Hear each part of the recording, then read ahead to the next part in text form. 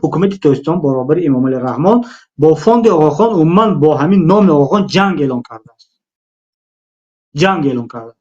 ҳамин соли 22 баъд аз ҳамин нооромиҳо дар хотир дошта бошед, дар Бадахшон, дар Хоруғ рафтан, дар ҳамун теппаҳои кӯҳ номи парчами Исмоилиро аз онҷо дур кандан, ба ҷояш пешвои миллату ин тараф он тараф ҳарфҳои ҳамун Раҳмон дӯстмедоштагиро навистанд ва дар давоми ин 2 сол, ман ҳозир шумо як рӯйхат мехонам, гӯш кунед. Дар давоми ин 2 сол чӣ коро шуд? Дар Хоруғ литсеи Оғохон аст. Ӯро бастанд, гирифтан ҳукуматӣ карданд.